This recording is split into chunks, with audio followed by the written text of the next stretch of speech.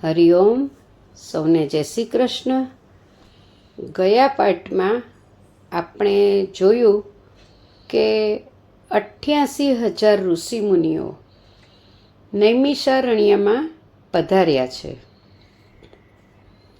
સૂતજી અને સૌનકજી પણ પધાર્યા છે. તો આ સૂતજી અને સૌનકજી કોણ છે?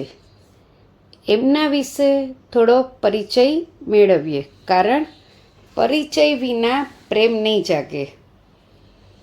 સૂતજીનું વાસ્તવિક નામ રોમહર્ષણ હતું, કારણ કે તેઓ જ્યારે કથા સંભળાવતા ત્યારે શ્રોતાઓના રોમ રોમ હર્ષિત થઈ જતા.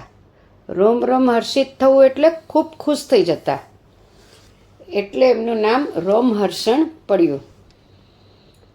સૂતજી 20 વર્ષના છે. તેઓ નૈમિષારણ્યમાં જ્ઞાન સત્ર માટે આવ્યા. ત્યારે બધા ઋષિઓ તેમજ સૌનકજી તેમને વંદન કરે છે. આયુમાં એટલે કે ઉંમરમાં તેઓ ખૂબ જ નાના, છતાં પણ બધા જ ઊભા થઈને વંદન કરે છે. આપણે અહીં વંદન તેમની આયુ ઉંમરને જોઈને નથી કરતા, પરંતુ તેમનામાં રહેલા જ્ઞાનને વંદન કરીએ છીએ. તેમને 18 પુરાણોના શ્લોક તેમજ અન્ય ગ્રંથો પણ કંઠસ્થ. એમને કોઈ પણ કથામાં પોથીની જરૂર પડતી નથી.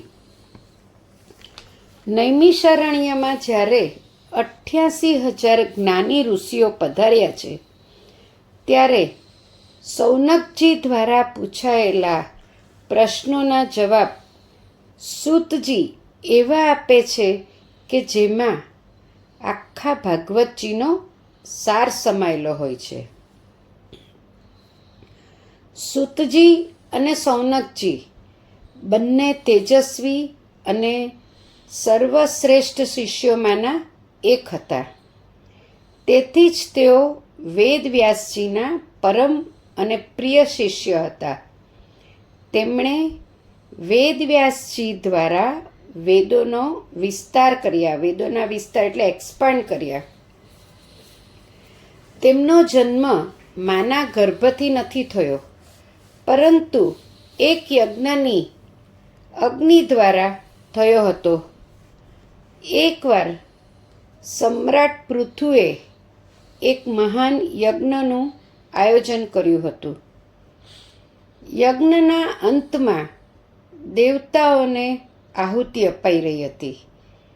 ત્યારે બ્રાહ્મણોએ ભૂલથી દેવરાજ ઇન્દ્રને અર્પિત કરવાનો સોમરસમાં ભૂલથી દેવગુરુ બૃહસ્પતિનો હવિષ્યનો અંશ ભેળવી દીધો, એટલે કે મિક્સ કરી દીધો.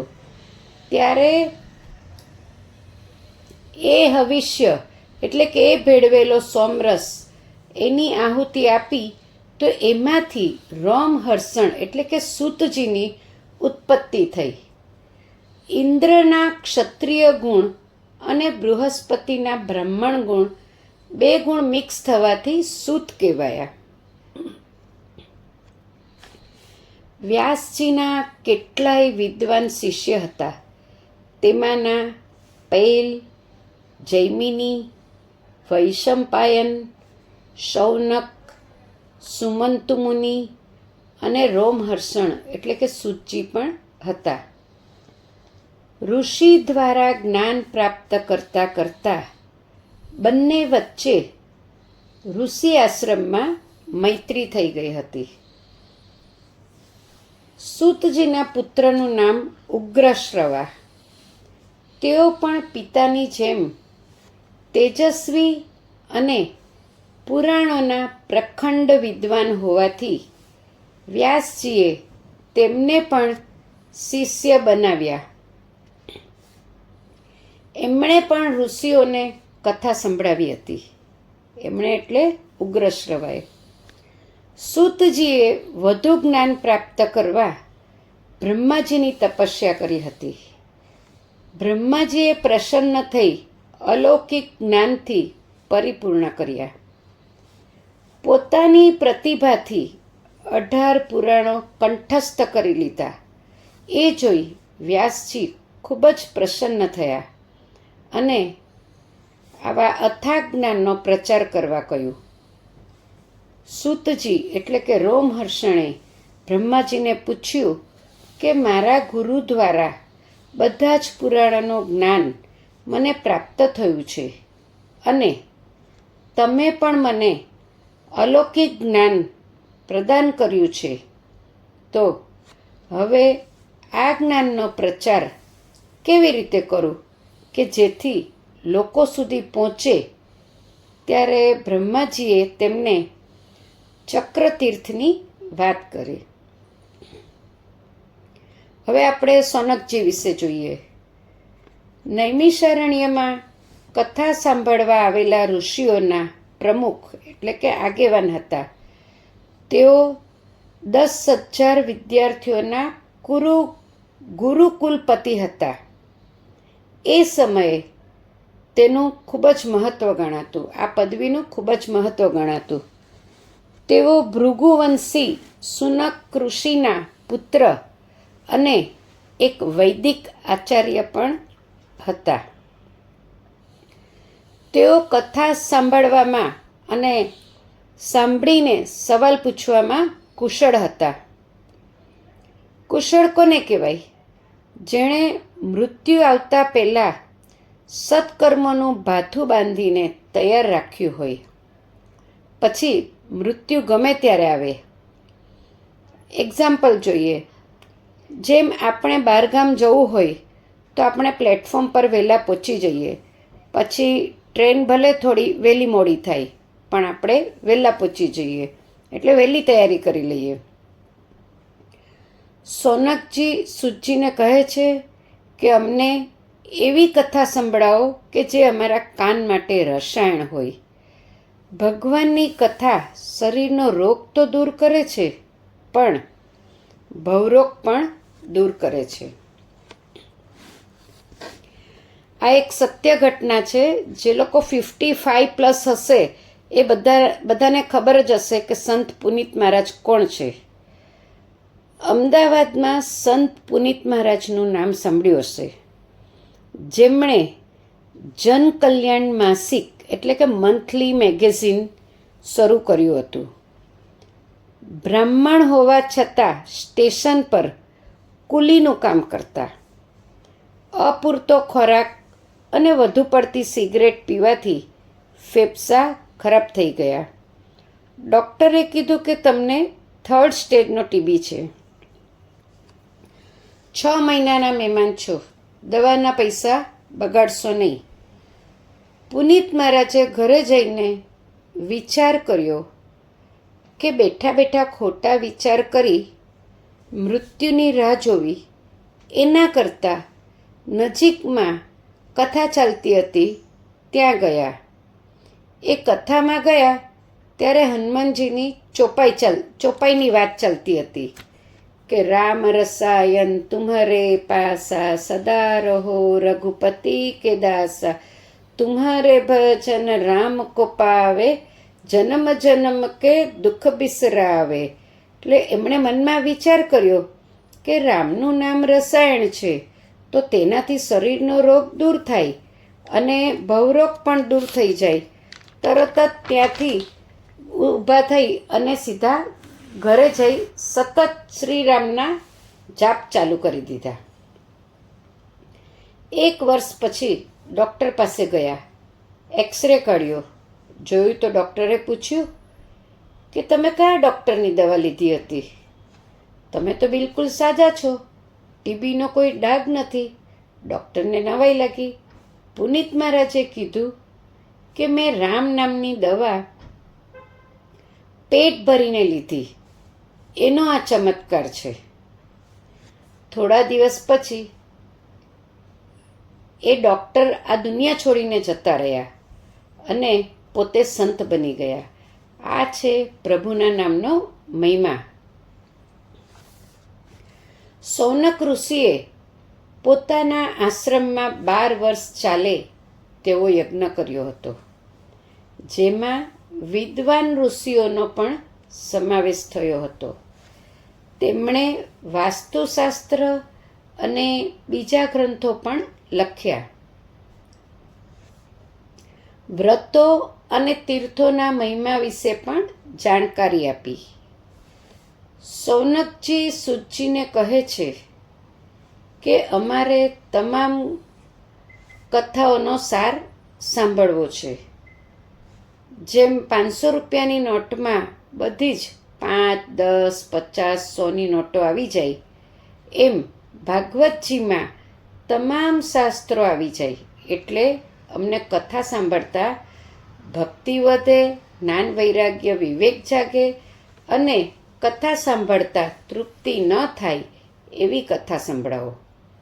ત્યારે સૂતજીએ કહ્યું, હે સૌનક, હું તમને જન્મ મૃત્યુના ભયને દૂર કરનારી અને તમામ શાસ્ત્રોના નિચોડરૂપી શ્રીમદ ભાગવતની કથા સંભળાવું છું.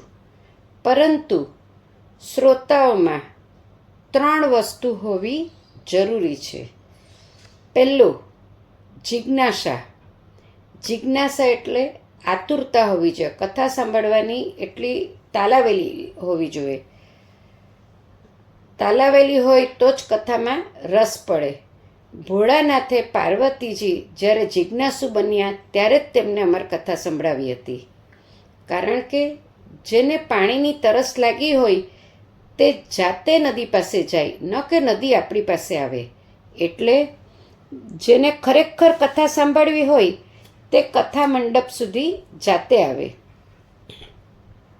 ભાગવતનું જળ પીવા કે આચમન કરવા એવા લોકો આવે કે જેને ખરેખર પિતૃમોક્ષની તરસ લાગી હોય, જેને પોતાનું કલ્યાણ કેવી રીતે થાય અને પોતાના પિતૃઓની સદગતિ માટે તરસ્યા બની પરબ સુધી જાતે પહોંચવું પડે.